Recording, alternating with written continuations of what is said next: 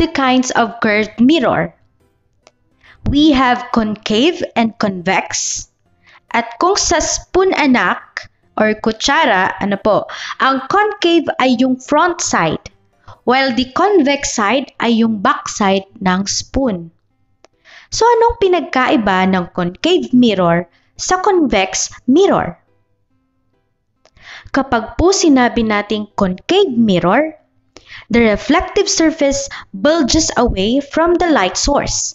So kung mapapansin nyo, ito yung light source tatama sa concave mirror. At magkakaroon ng bulges away at nagkakaroon ng converging or nagkakaroon sila ng converging point. And concave mirror is also known as converging mirror. Sa convex mirror naman, kabaliktaran lang siya ng concave mirror. Kung si concave mirror ay bulges away, si convex mirror naman ay reflective towards the light source. Ano po? Convex mirror is also known as diverging mirror, or how images are formed in curved mirrors. Dalawa po yung types ng curved mirrors. We have the concave and convex. So using a ray diagram, matutulungan tayo na malaman kung anong properties meron ng isang image. We have here the principal axis, center of curvature, capital letter F for the principal focus. We have the small f as the foci length, and we have the V as the vertex, and the mirror or a concave mirror. So let's start to locate images in a concave mirror. For example, we have a tree here. Again, ang gamit nating mirror ay concave mirror. Ang rule number 1 natin, the incident ray is parallel to the principal axis. At yung incident ray na yon ay tatama sa concave mirror. At magre-reflect sa ating principal focus. Next is the second ray na tatama naman sa center of curvature.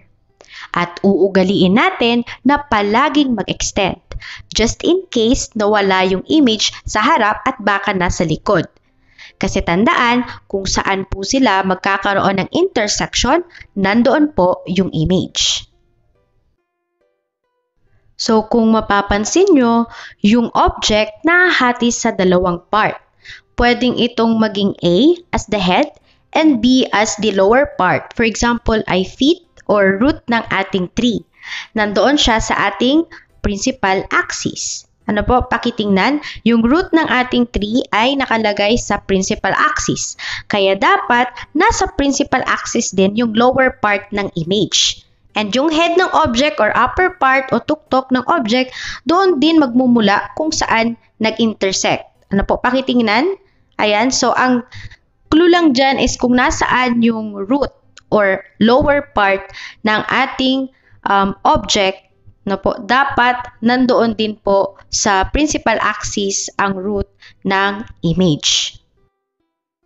So may tinatawag tayong properties of images sa ating qualitative characteristics na tinatawag na lost. So ano yung lost? L stands for the location of an image. Kung saan nabuo yung image. So kung mapapansin nyo po dito, ang example natin, nabuo siya between C and F. Therefore, ang location natin ay between C and F. Next is O. O stands for orientation of an image. Kung ito ba ay inverted or upright ang image. So dito sa image na nabuo ay pabaliktad siya, so inverted ang orientation niya. Next is S, stands for the size of an image, kung smaller ba or bigger or same size lang ng object at sa image. So dito sa ating example, the image is smaller than the object. Next is T. T stands for the type of an image. Kung ito ay virtual or real image. We all know dahil diniscuss ko na to kanina that real image is always inverted while virtual image is always upright. Therefore, ang example natin dito ay real image since inverted yung nabuong image. Nakukuha po ba? So, dito sa table, we are going to identify the properties of an image. So, meron na tayong case 1. The object is beyond C. Yung ginawa lang natin ngayon na kung saan kapag ang object ay beyond C, ang location ng image ay nasa between C and F. Ang orientation naman ng image is inverted, size naman ng image is smaller than the object, and the type of an image is real.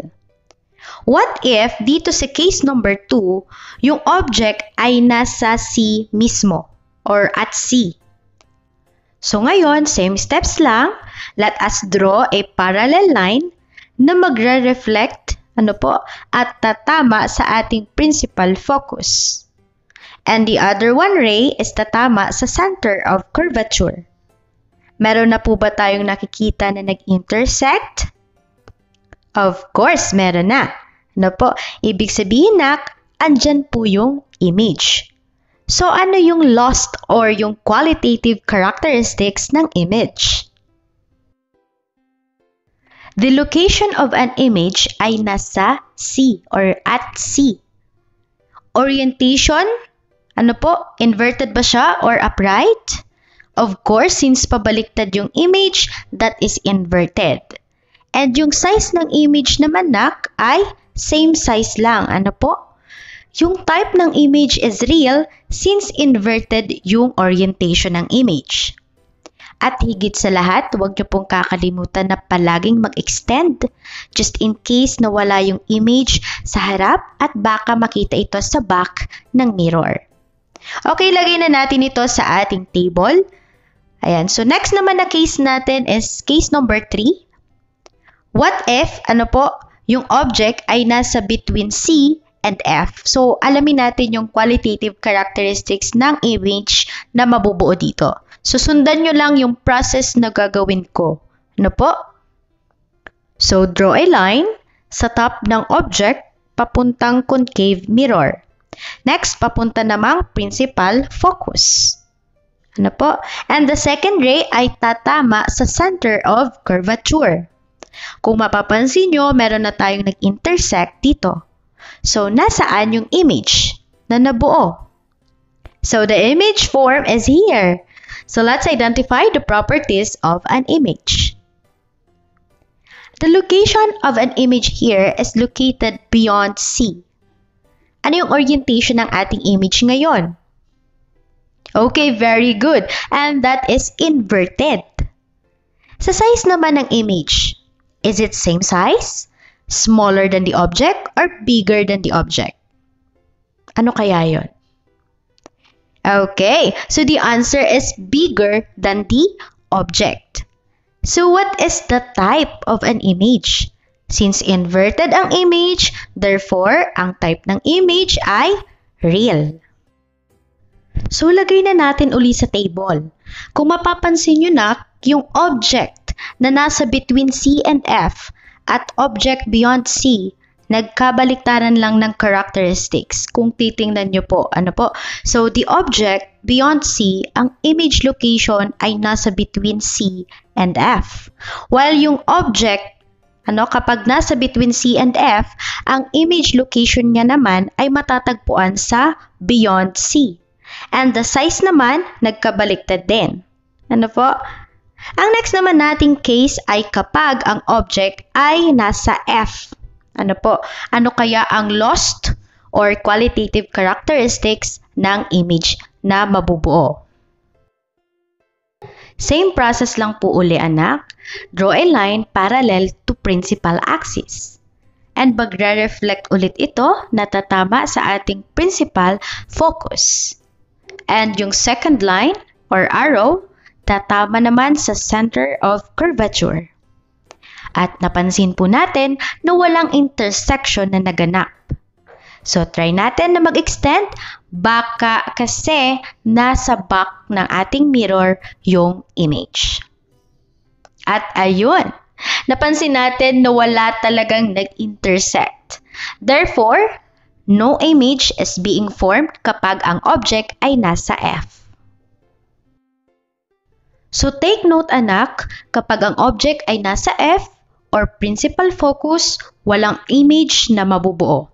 Ang last case naman natin ngayon sa concave mirror ay kapag ang object ay nasa between F and V or the vertex. Ano kaya yung qualitative characteristics ng image na to?